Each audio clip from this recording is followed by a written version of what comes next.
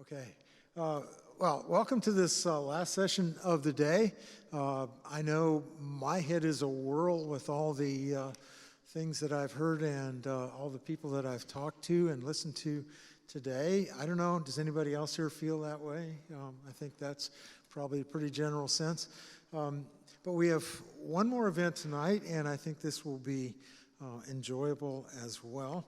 My name's Jeff Gundy, and I'm here today as the editor of the Dream Seeker series of Cascadia books, Cascadia Press.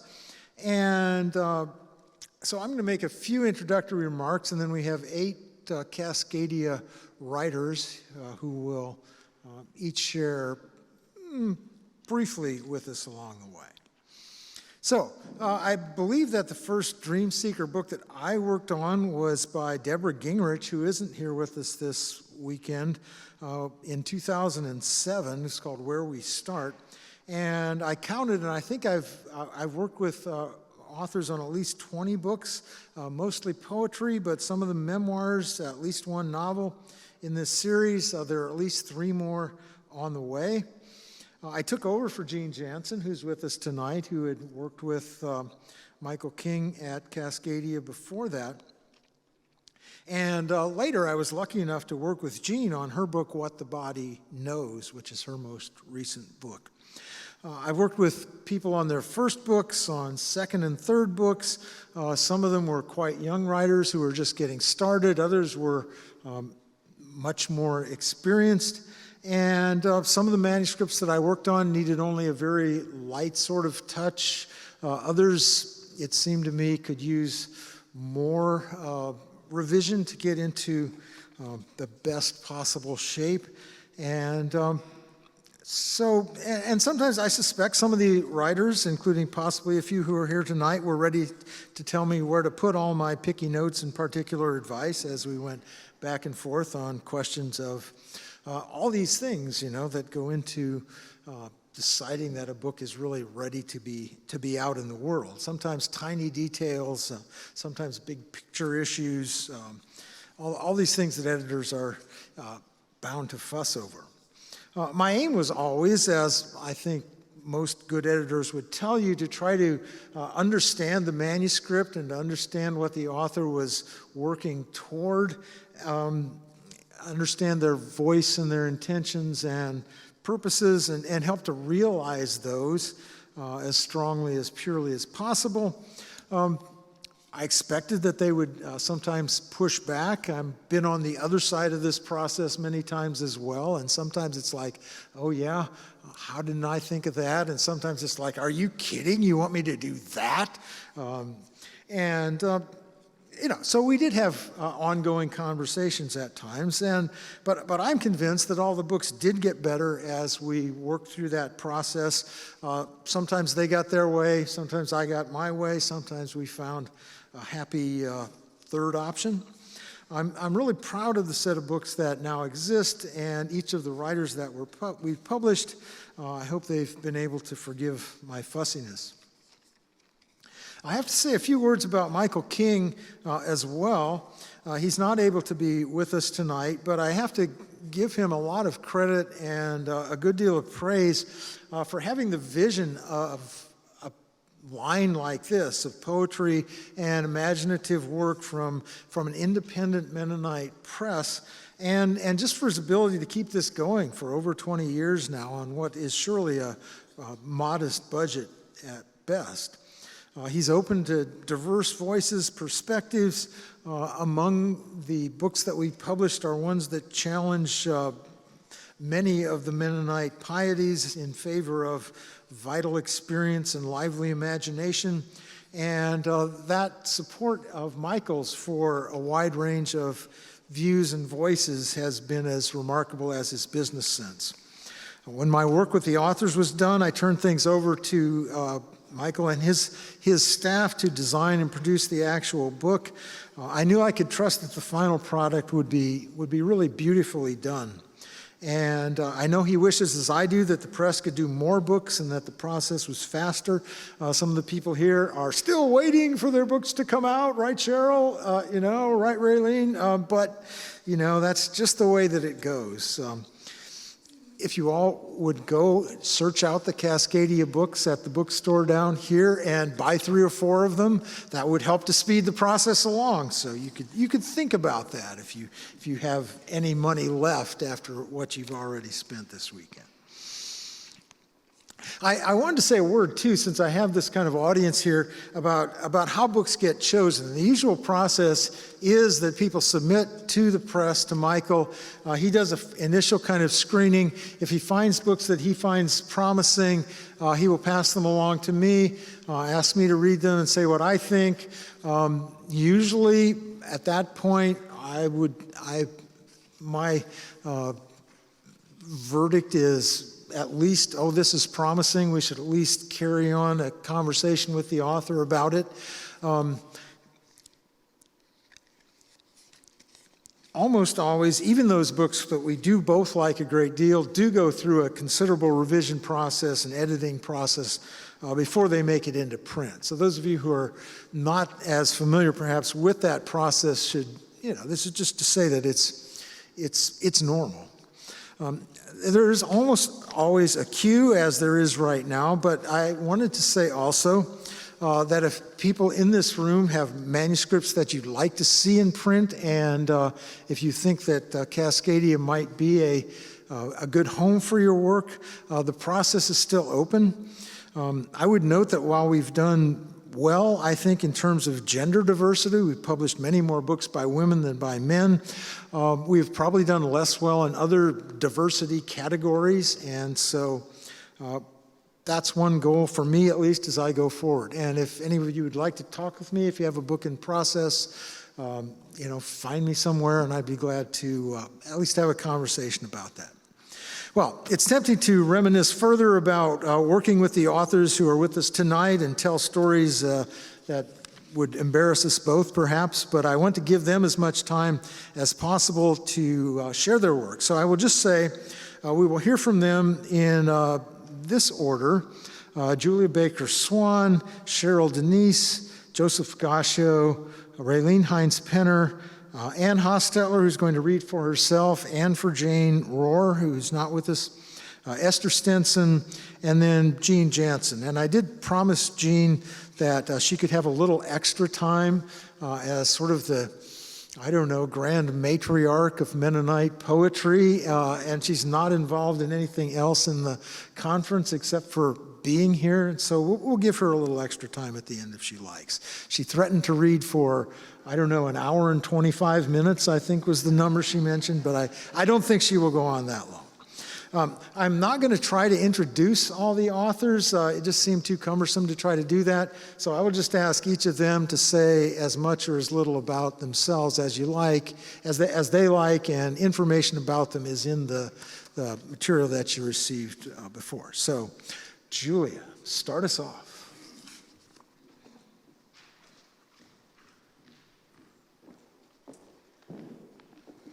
Thank you, Jeff. Oh, it is good. Well, we're supposed to say our book. So my book from Cascadia is The Moon is Always Whole. And it is really good to be on this stage. I feel like I'm doing lots of memory lane walking, and all weekend I've just felt the presence of my 19-year-old self who sat here, church chapel, and I've been thinking about her a lot, and she was full of so many questions about who I was and who to be. And if someone had whispered in her ear, sitting in this room, and said, hey, someday you're going to be here, she would just not know what to do with that. And it wasn't even a dream that she knew to dream. But yeah, I'll stop talking in third person. I'm so grateful to be here. It is a gift. And as I've been doing the memory lane walking, I remembered that actually the beginning of this The Moon is Always Whole, I think started on this campus one late night walking back from the library. When you see the sliver of the moon, but the rest of the moon, you can see it. And just that very obvious but profound, it felt, realization of, oh, it's always whole. We just see in part. And so this collection is very much a journey of glimpsing more and more of the wholeness. So I'll start with the title poem, and it is called Summer Moon. Concealed by a castle of rumpled clouds, sheet of cotton white, shadows dye each fold indigo. Skybed warm with night knowings, words traced on paper skin, only faded contours legible by light. Wind blanket shifts, disrobes a bone curve of an ivory hip, a breast of marbled light. She is always whole. Gentle this reveal, to see for now all that needs knowing.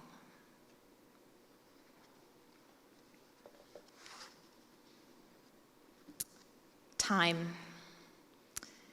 In her parents' garage, shafts of midday illuminate neglect. Desert heat buckles the aluminum roof, so dry she does not sweat. She finds the cardboard boxes labeled Julia's journals and carries years of ink out to the fig tree's shade. Scanning penned words, her heart wanders the past. Their names are everywhere, written on her body, red marks on a cave wall. Then hands pressed this page, now simply a formation of symbols and letters. She flattens the spine, names folded between other names, fading in the sun.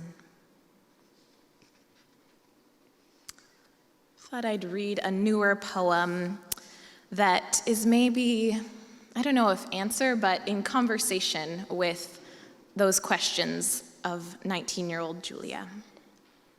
This is Labor Day.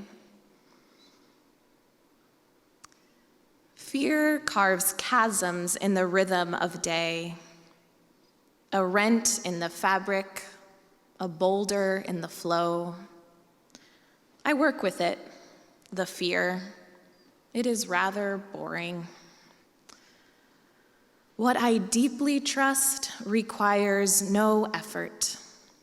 This the most quiet and unexplainable and thrilling.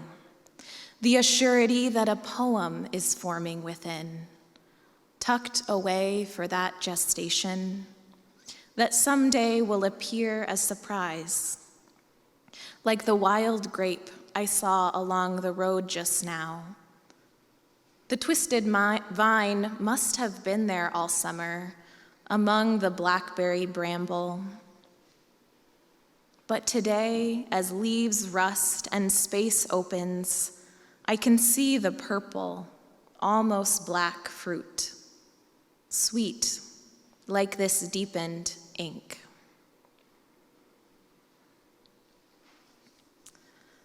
I've been doing some other memory lane work recently, as I grew up in Honduras, a missionary kid, and my Honduran abuelita, Doña Ana, died this week. And I thought I would close with a poem I wrote of her just to honor her beautiful life. So this is Clay. She kneels, the posture to harvest red earth from carved riverway. Ruby milk streams between fingers, a round of supple clay left in her palm. Enough to form a little bird, simple body, beak, and wing. She kneels, placing the bird on a stone to dry by equator sun. Heat that grew her adobe home, heat that builds tawny kernels, maize stitched into soil's open seam, made ready in her oven of baked earth. She kneels, her body sinks into the clay she is. Thank you.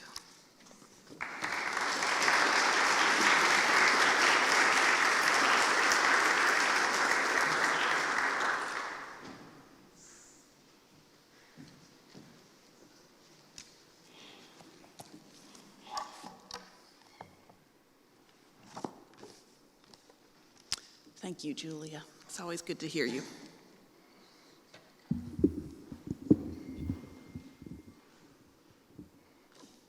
I'm Cheryl Denise, and I have 2 books by Cascadia Publishing House. I Saw God Dancing, What's in the Blood, and in December, I'll have a book called Fences from them.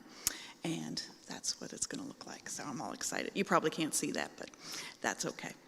And I'm going to read 3 poems, and this first poem is called Afternoon Writing.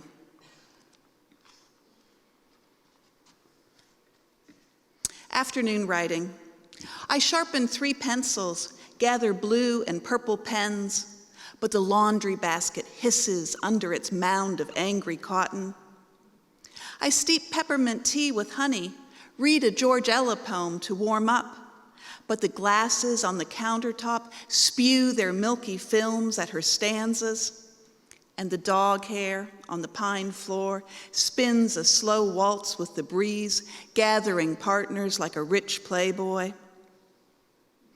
I put down a few words, ornamental, incantation, goldfinch feathers, but the soap-scummed shower is clanging its metal plug, and the stovetop reaches its oily fingers into my head. My notebook waits, the stripping of nice things, the dangerous words. No, the bleach bottle is yelling, and Grandma's ghost in the spare room by the boxes and dust is shaking her head. Oh dear, oh dear. The spiders lace their amusement in the corner. The rugs fade into footprints. The curtains exhale their old man breath. Don't tell what you think, where you hide, who you are. The dining room is shouting like a border guard. Spray Windex, pour Murphy's oil. Your house, like your head, is a mess. Clean up what the neighbors can see.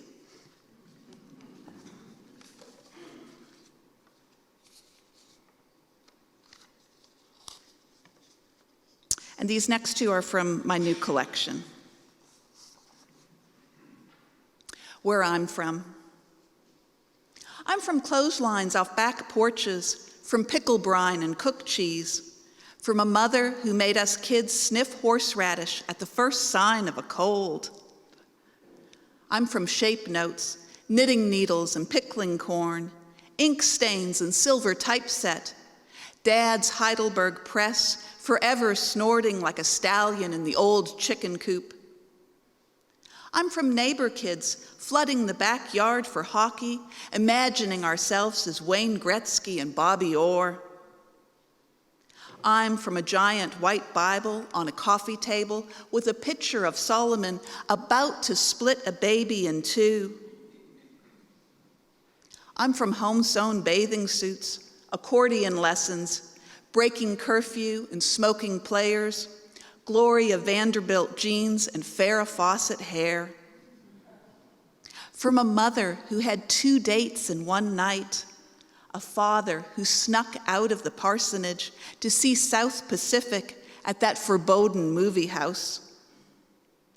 From a grandfather who refused to go to war, sent west to fight forest fires instead, while his wife gave birth on a poultry farm.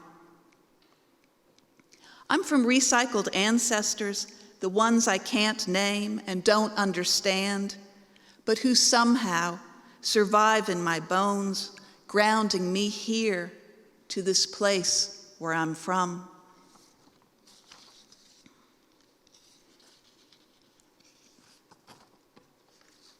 And this last poem is called Brother Lawrence and the Sheep. And I met Brother Lawrence a few years ago in our sheep barn. And in case you don't know, Brother Lawrence was a 17th century monk who for many years worked in a monastery washing dishes, and he practiced the presence of God. Brother Lawrence and the Sheep. 8 a.m., I stumble to the barn in my old high school stoner jacket with the missing black buttons. The weeds no one ever seems to pull or hoe or mind sway in the grass, wild as my boss in a temper tantrum. In the swarming sunlight, fat boar bees begin to chew holes in the rafters, like the board members who took away Good Friday as a holiday. I swat them with that tennis racket that lies on the hay bale, feel the satisfying thud, watch the stunned bodies in the dirt winding down. I sweep manure from mangers, clatter the feed can, and the flock flows into the barn. They rise, plant their feet in the troughs, throw their heads heavenward, a bleating, hungry choir. I tap my metal scoop, raise it like a baton, and sing my old Sunday school song about patience. As choir director, I should commit to the words. It's been years since I sat inside the barn, waiting for a lamb to sniff my leg, cock his head, one ear drooping with the weight of a yellow ear tag, waiting for the ewes to take me in, to plop down almost near and chew their cuds. It's just chores now. I imagine Brother Lawrence hanging his head as he creaks through the weathered walls. Practice the presence of God, he chants. If I could doing dishes, you can tending sheep. But I'm no monk, I retort. Unlike you, I have a real job with a boss who doesn't give a shit about poetry or barns, let alone my soul, and I'm late. I hurry back to the house. Larry, one step behind, recites a homily on holy habits. I plug my ears, change jeans, gulp coffee. Larry shakes his head as I zoom down the lane. God is everywhere, he heralds over the fence. It'd make the day easier if you'd start by saying hello. Thank you.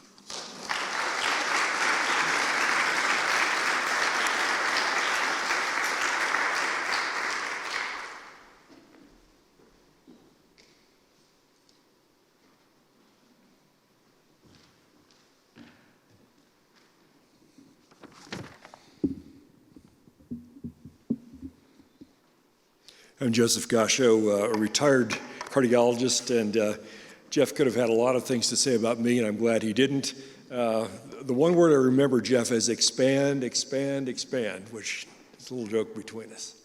I'm going to read several from the Cascadia book, and then another one that recently came out, which is also on sale here, Heart and Soul, A Cardiologist's Life in Verse, and then one other poem as well. So several of these poems, most of these poems are medical related. I hope that they will be applicable to you as well. I do write other things than this. So the first poem is Burning the Trash, and this comes from the Nebraska book. Mrs. Coleman sends him out Friday afternoons while the 4 first graders are reading Dick and Jane to burn the paper scraps and cleaning rags in the barrel behind the school.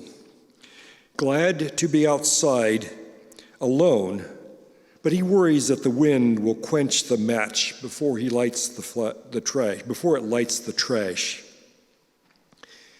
His back against the wind, he shreds tissues, waits to strike the match until a gust has died. The tricks to get the fire lit. Once set, the wind will fan the flame into a blaze. that if not watched, could set the school, the world, on fire.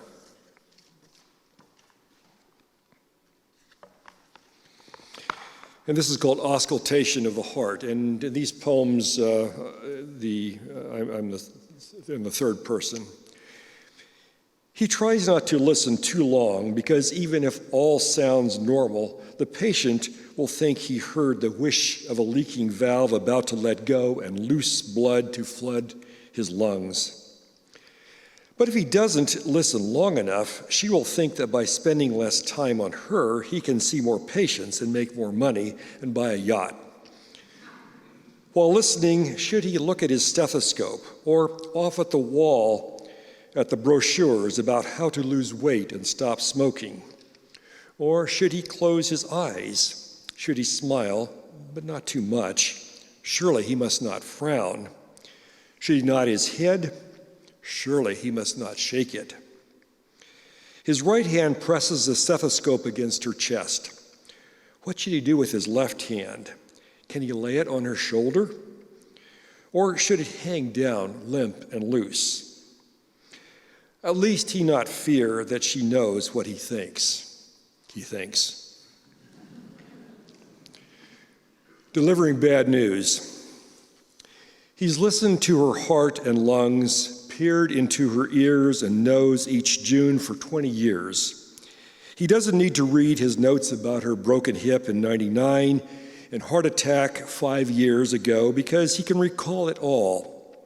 He knows she owns the parlor on the square, laughs when she talks about the colors that the teenage girls dye their hair. But today he'll have to tell her that her marrow's packed with tumor cells. He ponders as he pauses at the door. Do I tell the news at once, or should I ask, how was your day? Should I say they found a lesion in your bone, or should I use the cancer word? Will she ask about her odds? And if she doesn't, should I tell her anyway? When she leaves, should I shake her hand, or will she want a hug? He knows tonight she'll tell the news to someone else, and that no matter how he tried, he may have told it wrong. And this is a poem that's not in the third person. One of us. One of us asks, is there family? He has 2 children, a son in Omaha and a daughter in Idaho. One of us has her knees on his bed, arms locked at her elbows, caving in his breastbone an inch, holding, releasing 100 times a minute. One of us squeezes a blue balloon, pushing oxygen through the tube one of us shoved down his throat 20 minutes ago when he first gasped for breath. One of us feeds him not meat and potatoes, as he must have been accustomed to, but calcium and epinephrine. We talk as if we were at a family reunion, but not about Uncle Jack and Aunt Martha's 2 sets of twins, but about blood gases and pH and ventricular fibrillation. One of us pushes the green button on the little machine and waits, and then the red button. His hands rise 4 inches off the bed and then fall back. One of us says, it's time to stop. We stop. One of us asks what time it is and writes it down. One of us washes him off like a newborn baby. And this was entitled The Joy of Medicine. It's about the man who pilgrimages to Talladega every October because he stented the artery, and the couple celebrating their 50th, who asked everyone to stand and clap when he walked into the VFW hall. And the time he was in the shower and thought about what the wordy lady told him in the office the day before, and he ordered the blood test and prescribed the right pill, and all was well, and it would not have been. And looking back now, believe it or not, it's answering the stat page at the Little League game in the bottom of the fifth, just as Abby hits the ball to right field and slides into third with a triple. And leaving the warm bed with the candles burning to speed to the OR to sew up the drunk's aorta, and when he gets home, she is sleeping. But most of all, it's about the long-haul trucker who runs to Reno twice a week and doesn't know she should be dead, but he does. And this is a poem about Keats. Keats always intrigues me because he trained as a physician and left his training to go on to be a poet. He died of tuberculosis consumption in 1820, went to Rome and died there. Journey to Rome, 1820. He overhears a surgeon on the trip that final night, wild mistral wind howling down from the north, whispering about consumption and the truth that causes it, the fulsome hemorrhagic lungs he's seen at demonstrations of pathology, how he has marveled at the beauty of the specimens. No words suffice, he says. Coughing red into his handkerchief, Keats stumbles to his nether berth, and there, beneath the darkling stars, pours out a poem, entitles it, Ode on Disease. With water crashing hard against the hull, he writes his name, stares into the sea. Thank you.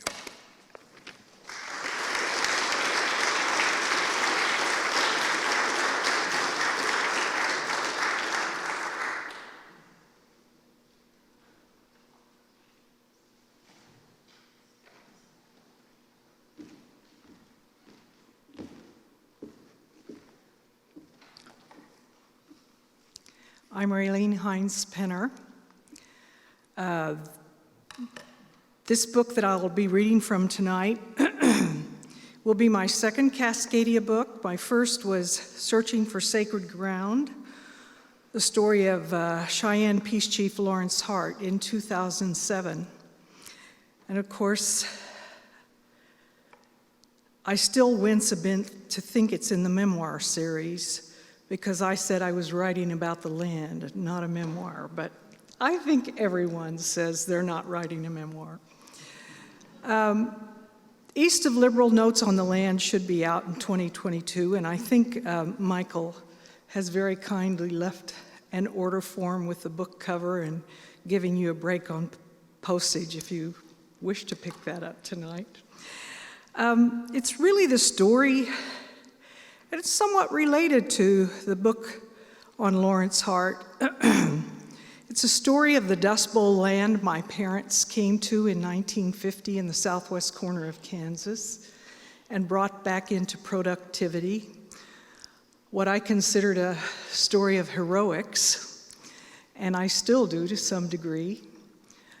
But I worked on this book many years, and in the meanwhile, I thought long and hard about land and Mennonite farmers and land acknowledgments, and I evolved, the book evolved, and it took me in places I hadn't exactly expected.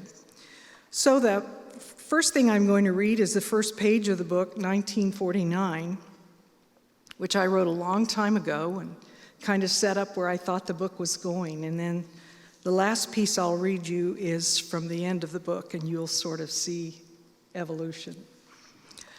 1949. I was born in the first month of the year, the month named for Janus, the Romans' two-faced gate god, who could look back into the past and forward into the future. Appropriately for this story, Janus was also the Roman god associated with the cultivation of fields. The day after I was born, Harry Truman was inaugurated to serve a second term.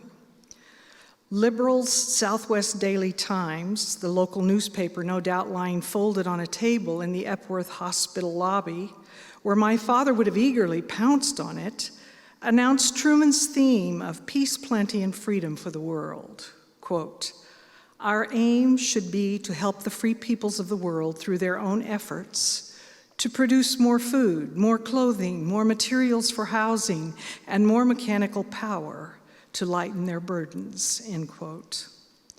Alongside the map of Truman's inaugural route in the Times was a report on harvest labor, just released from the capital city of Topeka, announcing the intent of the Kansas State Employment Service to improve the ability of Kansas farmers to get their wheat cut in 1949. During the 1948 harvest, 58,546 Kansas farm-owned and 3,788 out-of-state custom combines harvested just short of 15 million acres of wheat on Kansas farms. A year later, my parents would join that throng of Kansas wheat farmers. 1 year to the day after my January birth, my parents moved onto the land east of Liberal. 1949 had been a record-breaking year of rainfall, with western Kansas receiving 31.14 inches, nearly 40% more than usual. Southwest Kansas had been mentioned in the Kiplinger letter as a favored area for expansion. My parents were thrilled to get their chance to farm during the expansionism of 1950, when most land in temperate climes had already been claimed for farming. And now I'm jumping to chapter 16, which is near the end of the book. One of the things I found myself doing as I wrote this is rethinking language. Homeland, homestead, frontier, and the kinds of concepts I had always taken for granted, re-examining this. So here, just a couple of pieces from Frontier. I have too often mistakenly used the political term frontier to describe the area of southwest Kansas east of Liberal, thinking of its continuous migrations and changing populations, not recognizing my settler point of view in describing the history of the land. Frontier, a term used centuries ago for the front line of an army, then a borderland between countries, came to mean in North America, especially in census taking, a settler's definition for the number of persons settled on the land per square mile. On the plains, frontier was the demarcation between European American settlements and Native American settlements, or uninhabited land. The concept of frontier is inseparable from the notion of manifest destiny and carries with it notions of privileged opportunity, vacant land, and westward expansion. I haven't lived on the land near Liberal for decades. It is easy for me to take the long view of time on this land, remembering House of Rain, Craig Child's search for the Chaco Canyon people who went south 1,000 years ago. I like to imagine that their descendants are among those who have come back north today to this, quote, new frontier. Such migrations over the centuries are the normal pattern of human history. The antelope, too, are moving north into our region where once the deer and the antelope play. I spotted one as my childhood friend walked the Panhandle farmland. Her husband confirmed over breakfast that he regularly spots a herd of nearly a dozen nearby. They both disdained my delight at seeing the antelope cross the road before me. Animals they see as intruders come to destroy the crops and leave their antlers in the fields to puncture tires. I realized that would not be so much a problem in the ranch area beyond Clayton, New Mexico, where I usually spot my first antelope en route to Santa Fe. The jackrabbits have not come back to this area in the numbers we once had during the 50s and 60s. A classic photo taken near Liberal in 1935, quote, Western Kansas Jackrabbit Roundup, depicts a time when people rounded up thousands of jackrabbits into a catching pen and killed them with clubs. In 1935, the Wichita Eagle estimated that there were 8 million jackrabbits in 30 western Kansas counties, destroying the meager crops left. This was 35. Farmers could not even afford the ammunition to shoot the rabbits during those desperate years. The clubbings must have been horrific because jackrabbits are known for their shrieking, biting, and kicking. The form of the book evolved too because I found myself ending some of these hard chapters with italicized arguments with myself.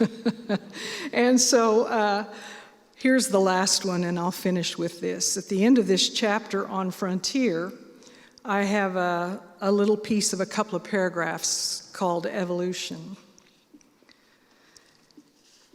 The Apaches are right, of course, that the land makes people live right, but only in the deep time Native people understand. The many generations hence time we will not live to witness. Kiowa Chief Satanta was probably right, at least about our land in Seward County. It did not want to be farmed. And yes, irrigators in this area have had to learn what the Sioux name for the aquifer Ogallala evocatively suggests, quote, to scatter one's own. Some in these parts have been scattered from the land because of the aquifer's inability to sustain their farming practices. Quote, no man's land was in some ways not a misnomer. Only in recent years have I recognized that there were designated no man's land buffer zones between settlers and Native peoples in many settlement areas, not just in Oklahoma. All of them reflect in their nomenclature that cardinal sin of the settler, the assumption that no one inhabited the land because no one farmed there. That kind of thinking has evolved as we learn to value green space, recognize the importance of ecosystems undisturbed and re-inhabited.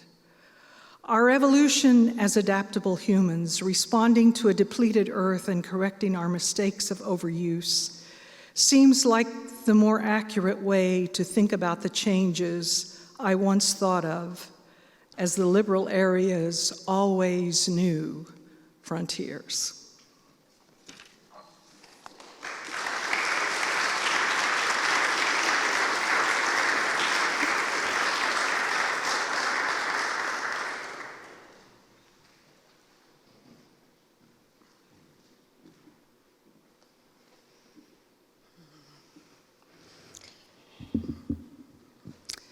Good evening. I'm Ann Hostetler, as I think you might know by now, and I'm going to be reading for two people tonight, Jane Rohrer and myself. I'm going to read from Jane's work first, and Jane is a poet who's still living. She's in her 90s. I wish I had thought to send her this link tonight. She's a fine poet, and she was married to an abstract color field painter named Warren Rohrer, and Julia Spiker Kasdorf here was instrumental in getting a couple of shows of Warren's work up in Pennsylvania at the Palmer Art Gallery at Penn State, and then the following year at the Woodmere Art Museum near Philadelphia. And her concept for these exhibits was to have the paintings, which look kind of like this, but huge on the wall, next to some poems.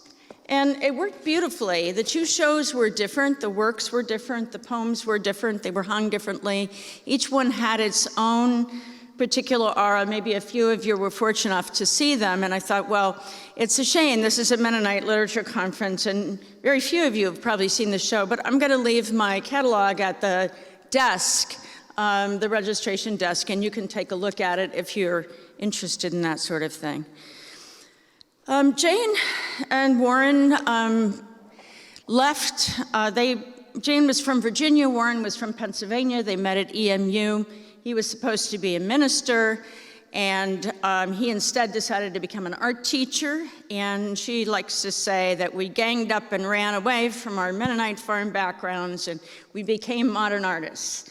But they became modern artists who bought a farm in Christiana, Pennsylvania, turned the barn into a studio, and Jane, they had 2 sons. She cooked, canned, did all the garden stuff. She was very supportive of Warren and his arts career. Finally, when her sons left home, and maybe a little before, she started writing poetry and became very serious about it. Her first book, Life After Death, was just reprinted by a brand new publisher called Painted Glass Press, and there are some copies now at the bookstore. Her second book, which Julia, again, worked hard to pull together for Cascadia Press, is called Acquiring Land. We definitely have a land and place theme running through this conference, and Jane's poetry contributes to it. But she is anything but sentimental in her writing. She's very clear-eyed and somewhat metaphysical about her farm writing. This book is called Acquiring Land, but I'm going to read that poem in a few minutes, and you'll see that it's kind of like Thoreau acquires land. You know, he sees all these farms, and he doesn't have to pay the mortgage on them, right? So there's an inner landscape here as well.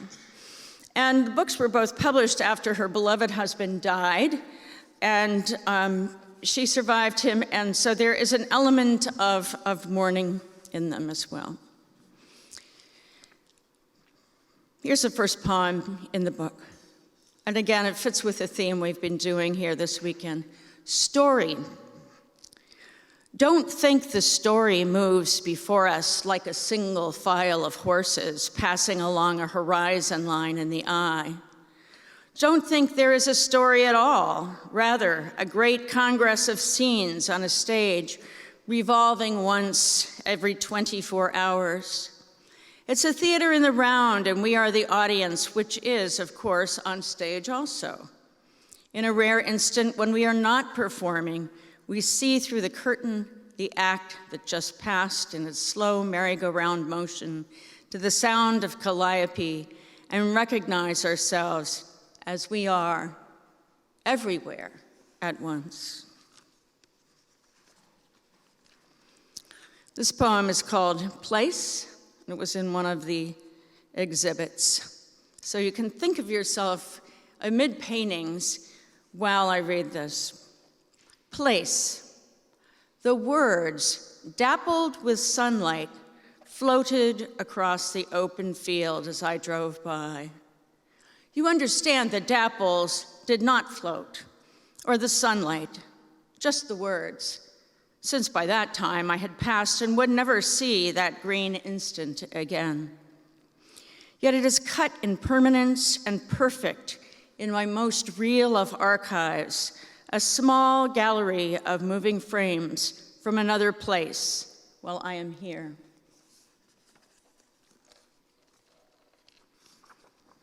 And here is the poem, Acquiring Land.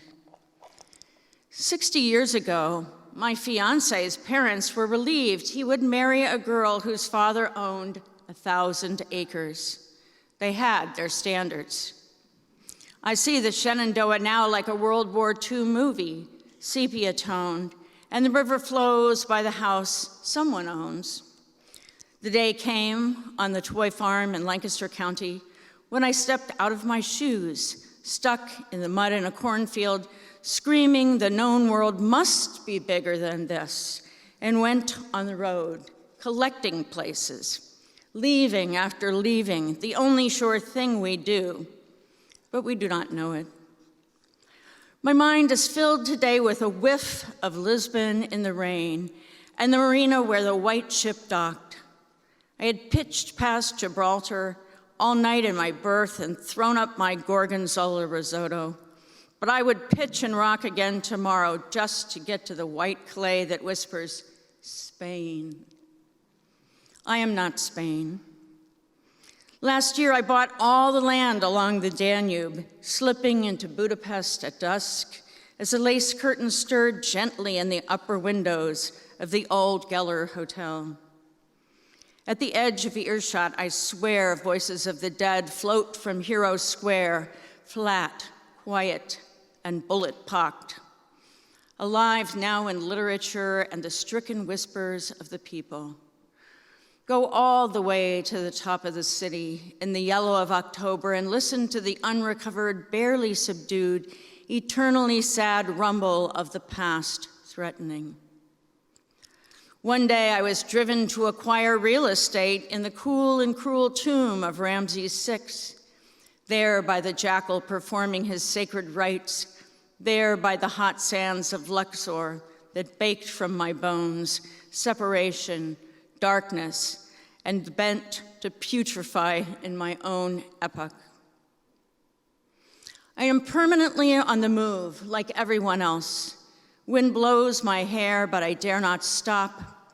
I need more and more addresses. On a cold day in paradise, I must have someplace to go. So late in life, she did a lot of traveling. Her younger brother was a travel agent. He arranged a lot of these trips for her. And here's the last one I'm going to read. It's called Leaving Venice. I am the one on the back deck of the ship leaving the canal, the one crying at the opera aria and near to going overboard in the music of the wake churning up.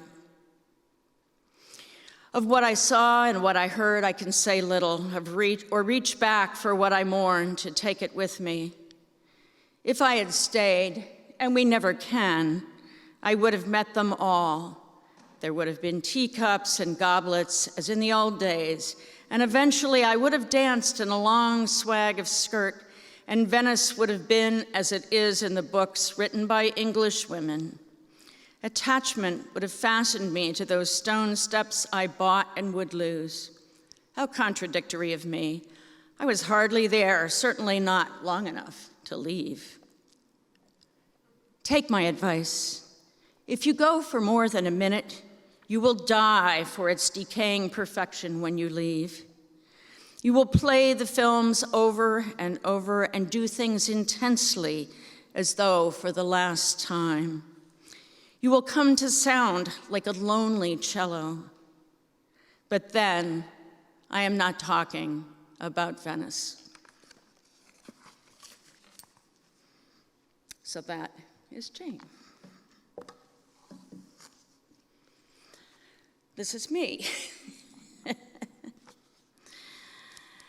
I did 2 books with Cascadia, one with Jeff. This one actually was a little bit before Dream Seeker books started, but way back when. And Safe Hold, I'll read a few more poems from this. This is much more recent, and I think I drove Jeff crazy with my last-minute revisions, but I had fun. Okay, this is for all those math people out there who didn't discover their love of numbers until a lot later than high school. Resisting geometry. The first time I saw my father defeated, he was leaving the only parent-teacher conference he ever had concerning my academic failure, his black raincoat drooping over one arm. Settling his other arm over my shoulder, he walked me to the car, told me about his 6th grade failure to master fractions. How could I explain to him it was the axioms themselves I objected to, knowing that, like his whims, I had to take them on faith? Tested against experience, they appeared to be correct. No 2 points could occupy the same space at the same time. Lines perfectly parallel will never intersect. A straight line is the shortest distance between 2 points. But such self-evidence troubled me. Imagining exceptions, I felt called to test the axioms, to wage a battle against givens, resisting at the root. When the boys circled Mr. Oakers at the blackboard arguing logic, I sat at the back of the room drawing shapes that defied these laws.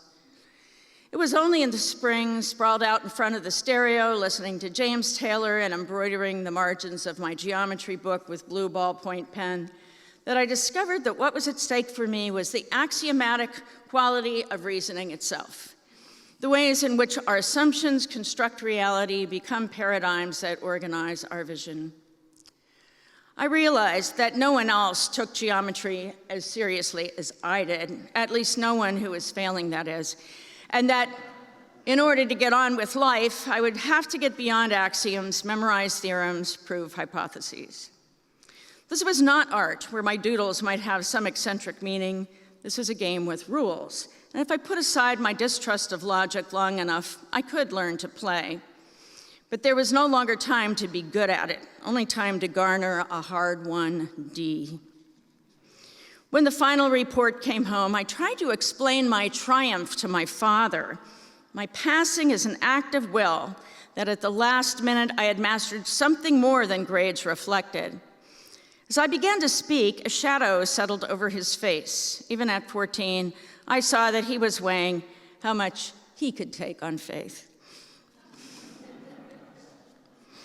So anyway, I read this once at a conference, and there was a woman there who was a math teacher at a private school. She had actually had a PhD in math, and she said, we actually write, space is curved, and perfectly parallel lines will intersect at some point. She said, you were onto something, but I know your teacher, and he liked those little boys, acolytes at the blackboard, so he was not good for you. But anyway, I was good for myself. I guess I got a poem out of it, right? You actually have to do your homework when you get to that level of math, otherwise it doesn't really work. Okay, I don't want to take too much time here. I'm just going to read a couple from Safe Hold, my newest book, and then I am going to yield the floor here. Sacred harp singing in mid-July. We hear the humming as soon as we close the car doors. At the entrance of the New Testament Baptist Church, there's a crowd, honeybees at the mouth of the hive. We shoulder our way into a resonator box of sound. There's just enough room to settle in the back row with my daughter, her partner, and their new baby. An older man and a boy stand in the center and keep the beat with bent right arms, while singers on all four sides pump the bellows of the breath. Around us, people in head coverings, suspenders, plain suits, tank tops, t-shirts, shorts, makeup, nose rings, sing full-throated in four-part harmony about death and salvation. My daughter does not know the words, and I cannot open my mouth for fear that the pain of my grandparents' shunning will leap out in a wail or shriek. My new granddaughter sleeps in her plastic car seat, propped on the back of the pew, so she can get some air. What do you do with your traditions? This is a pair of poems about trying to find your archive again, your resources. Where to begin? I can see the pot, blue enameled cast iron, the one that used to be my mother's, the weight of the lid sealing in steam, heat, flavors for decades of family meals, slow cooking. When you take the lid off, the poems will come, my friend Ann tells me. That lid's on tight, I say. It's glued to the pot with the crystallized juices of what once bubbled up inside. Pot roast with onions and carrots, cocoa van, mother's long gone and with it her cooking. What would I see if I lifted that heavy lid now? A rotting mess like the soup I left in the microwave for months? We don't use our microwave that much. The burned carcass of anger? What home remedies did she use to clean it without damaging the finish? Baking soda and vinegar? Bleach? Let it sit under the back porch till the burned scabs crumble? Here, I haven't even taken off the lid, and already I'm scrubbing it, not even daring to consider that there could be something wonderful inside, delectable and ready. And here's the partner poem. This is the last one I'll read. Not what you expected.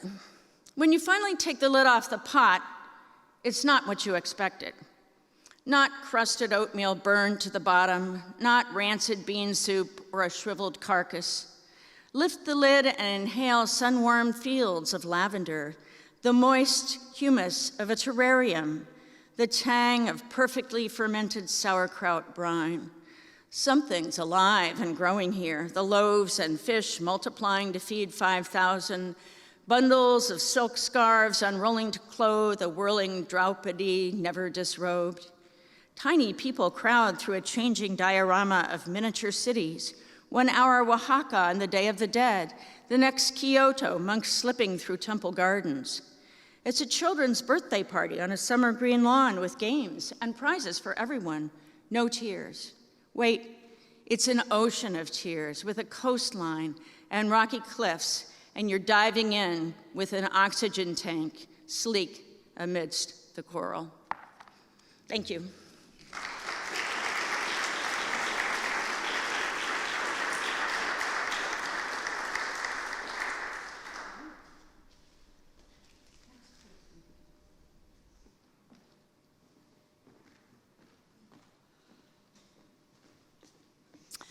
I'm Esther Stenson, and I'm going to be reading from publication that I did with Cascadia some time ago, Miracle Temple, as well as introducing a new publication or several new publications.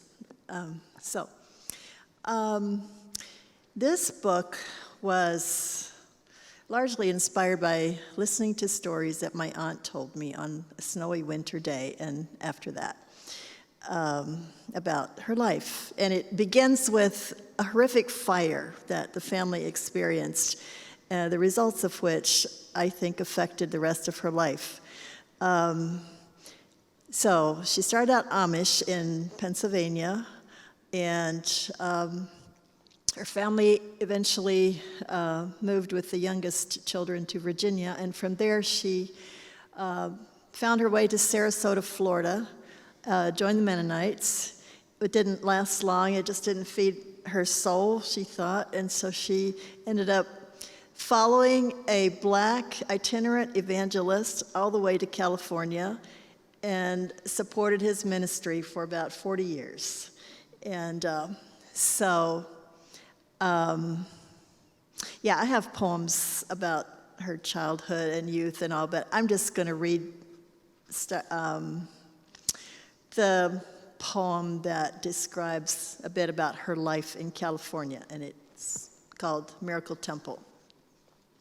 As we heard today about Mennonite young women from Russia who became maids, came over to Canada and became maids. It's an Amish girl goes to the West Coast and becomes a maid.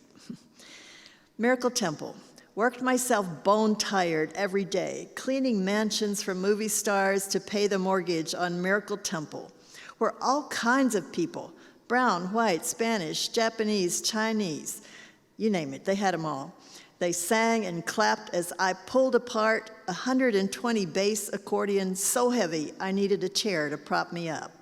Just a playing, having me a good time, astonishing even myself with the harmony that came out of those ivory keys and buttons. Honest to goodness, I didn't know a note from a note. As the Spirit led, so we played, Mrs. J and I, every night but Mondays.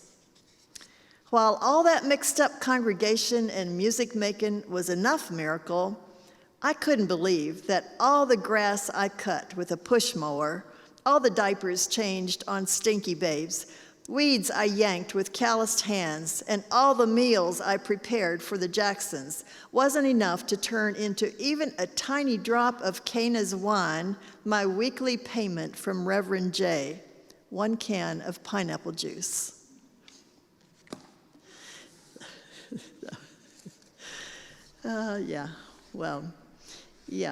Lots of stories like that. Finally,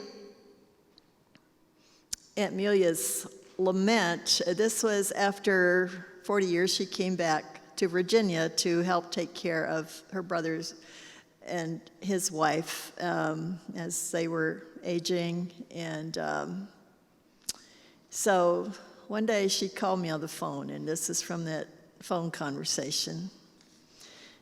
I think it was around the time Bush was running for president or something. Aunt Amelia's lament. It's not going that good anymore. Us children used to walk anywhere, down the long lane, up cool buried woods, across nubby fields into Allensville. We never feared nobody. Now you don't know who you're dancing with, who you're looking at, what they're thinking of, where they might dump you. They don't know how to be decent anymore. At home, us 14 had to shut our mouths up and kiss the one we fussed with. The only way we survived. We had discipline. Now those big mouths on TV talk so ugly you can't trust them any more than a tornado. Makes me so mad I turn the dumb thing off.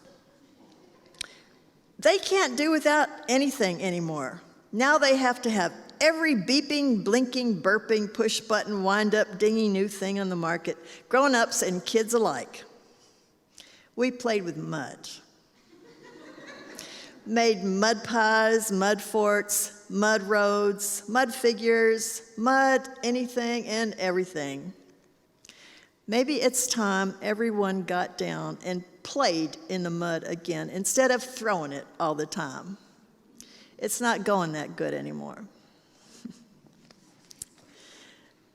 So that was Aunt Amelia, and I think she had a lot of influence on my life as well. I started out as an Amish girl in Virginia.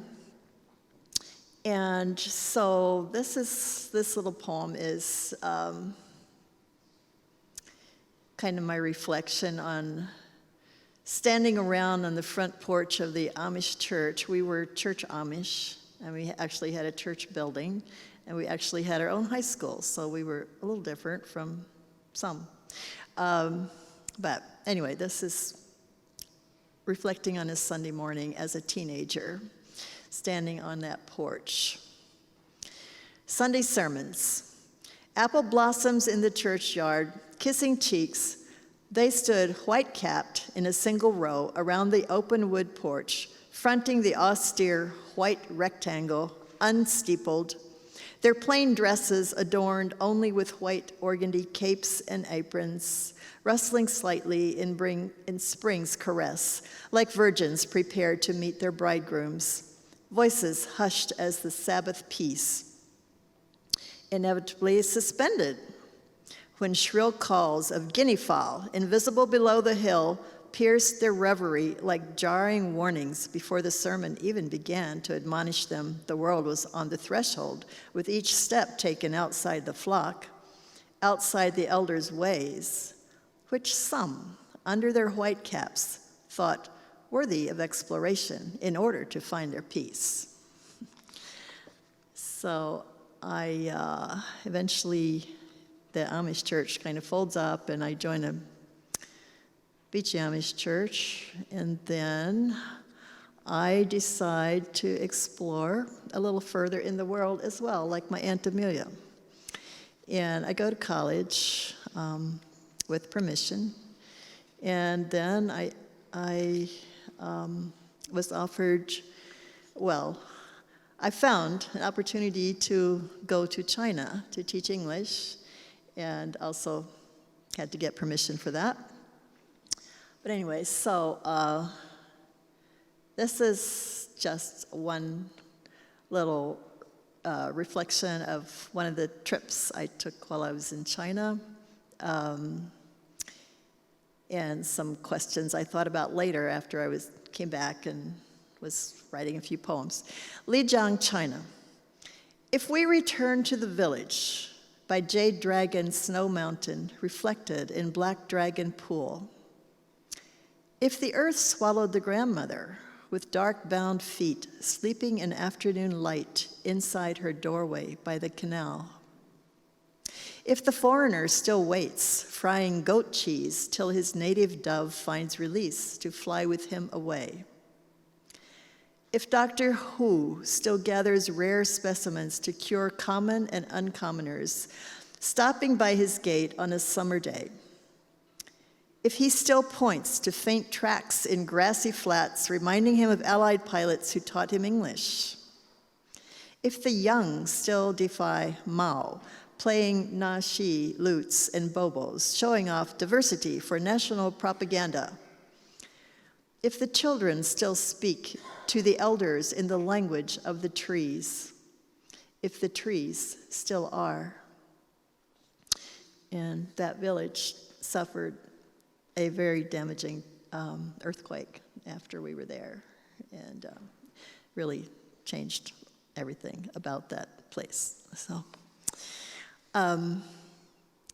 So taking off from that, just this year I had a memoir published on the 5 years that I spent in China. It's called Doors Through the Great Wall. And I was in China 3 different times, so it's divided into 3 sections. In the first section, I'm still an Amish Mennonite young woman going to China. And as I said, discovering many new things and taking some risks in my journeys. The second part is when I meet my Minnesota Lutheran husband. He wasn't my husband to start with, my Minnesota Lutheran person that I had to work through. So I worked through Mennonite, Lutheran, all this stuff. And also, stories of visiting students in the countryside and taking a Trans-Siberian Rail train ride back to the U.S. That second time I was there.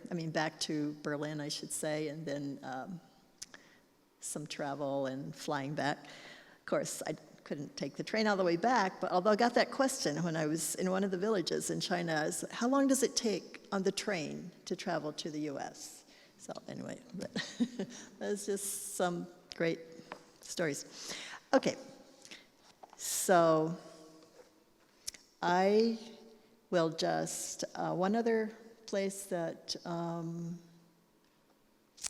we lived more recently than China was Egypt, and I have one poem. Today we heard from Sophia Samatar about the Great White Mosque. This has mosques in it. Of Words and Walls. This is from a chapbook that was also published just before COVID, so I didn't really get readings for it. But Of Words and Walls. In the musty dung heap of an almost forgotten synagogue in dusty Cairo, the word was found in tatters, then pieced together by someone who still carried in the cave of their heart the knowledge of a God who had spoken into the silence of the desert, where now the servants of Muhammad ensure there is no silence as mosques rise out of the sand. From imposing minarets, robed imams blare out punctual prayers between sunrise and sunset, facing ancient monasteries where followers of St. Anthony and St. Mark attempt to find space to hear God speak into the modern caves of emptiness in their souls. Inside sandstone walls, they plant red roses, watered by streams from age-old springs. Who will win this war of words and walls? We wait and pray that love and peace will rise, red and irresistible as the roses. That's it.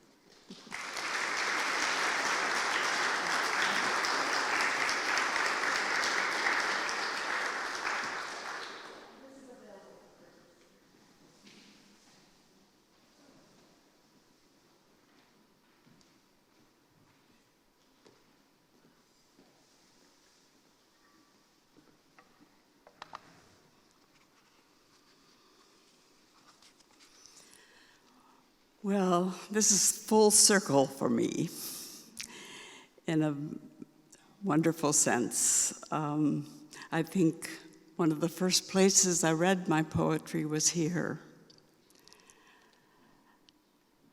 Can you hear me? Okay, yeah. And here I am, almost 89 years old, but I didn't start writing when I was 20, so it wasn't 69 years ago or whatever. But what a lovely homecoming in a way this place is for me. I want to say that. And you being here tonight, thank you so much. I'm reading from, this is my last book, and I guess, unless I start writing again, but I haven't been writing much lately. And I'm going to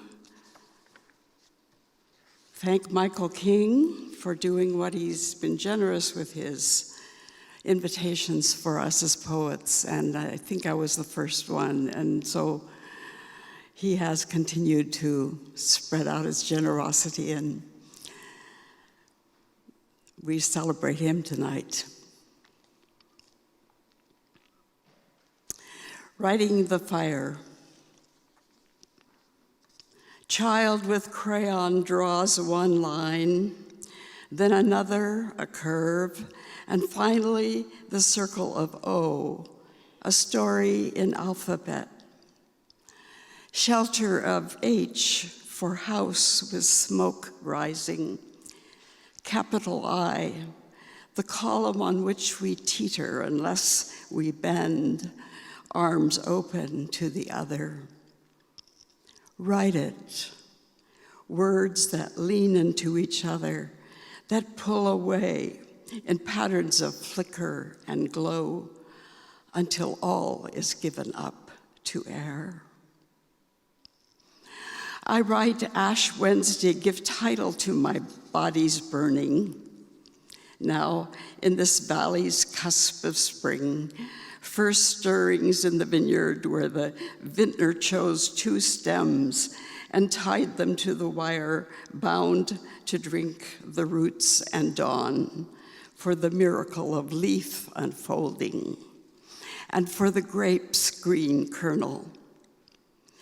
Write it, that slow swelling toward ripeness and the crush, which we sip and swallow into smoldering.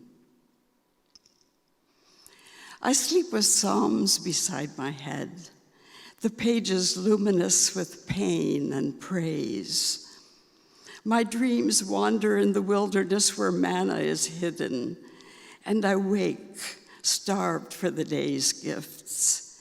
Husband breathing beside me, my body's power to turn, to stand, and walk into another morning. Write it, the hunger and the song, the bee and patterns of search and honey, amber and gold now lacing this shallow river of water of ours.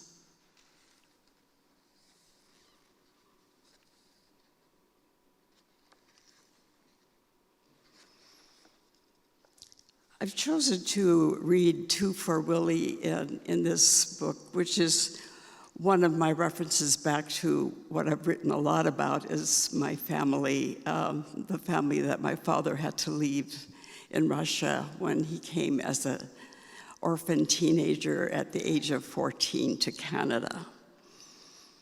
An older brother came, and then he and his another brother were given money to come to Canada after both parents had died. And his little brother, Willie, was probably 5 years old or so. My father didn't hear anything from the family for 25 years.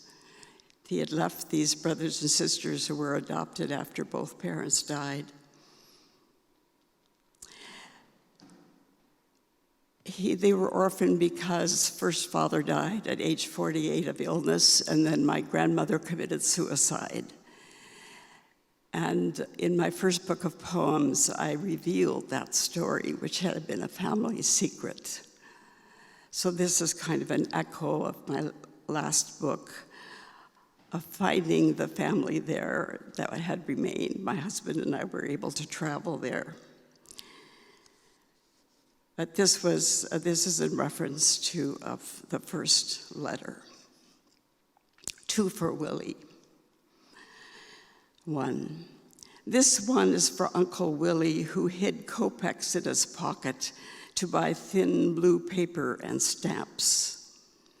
And for my father, who picked up the phone in 1956 to tell me his brother was alive. This one is for the death of Stalin and the slow thaw. Willie breathing coal dust as he washed the horses at the mine, murmuring his secrets and his consolation. He loved those horses, his sons tell me, his hands tracing the wounds, the way he shaped words on paper, ink bleeding. 2. His grave is crammed into the cemetery by the Orthodox Church, where today weeds thrive between broken slabs. Fiddleneck, I think, that yellow curl opening to breathe, small as Willie's voice when father died, then mother too, and then the son. And still the summer bloom, although the violin is gone, and still the melody which someone hummed against his cheek, and Alleluia, which the priest now chants as he swings the censer, spilling its fragrance.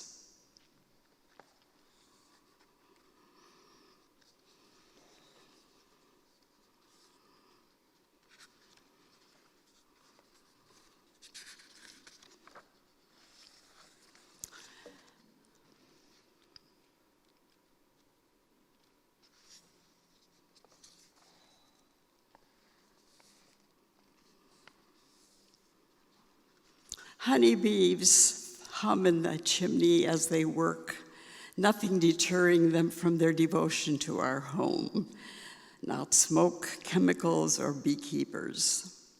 40 years of honey stored inside the brick flue for generations unknown, all of it perfectly packed into tiny compartments, much like our own gathering and storing, what we guard like worker bees fanning the queen.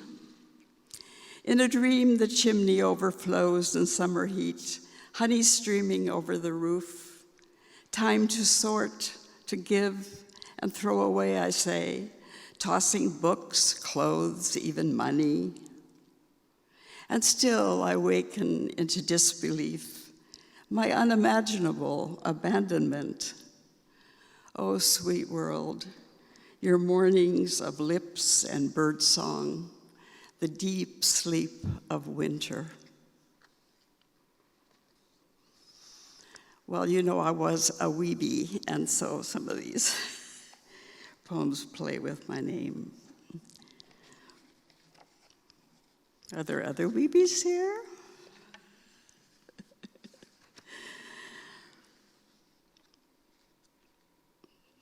I'm very grateful to this university and to many of you who have invited me to your places, Bethel College, Eastern Mennonite, Tabor College, and Goshen.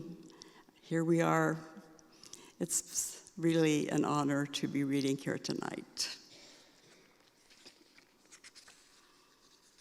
And I will end with the last poem of this title of this book, What the Body Knows.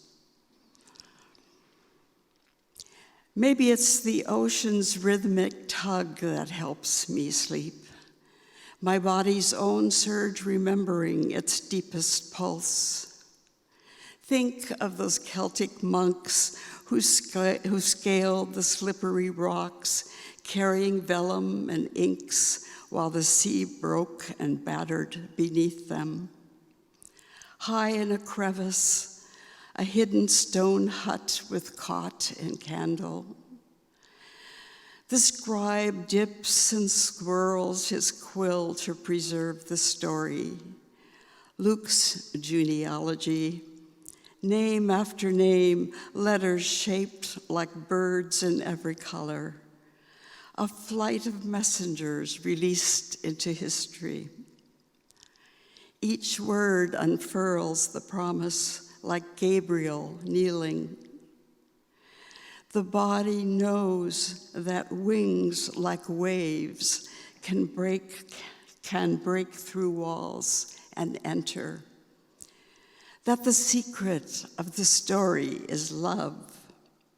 That even as we sleep, its tides carry us in a wild safety. Thank you.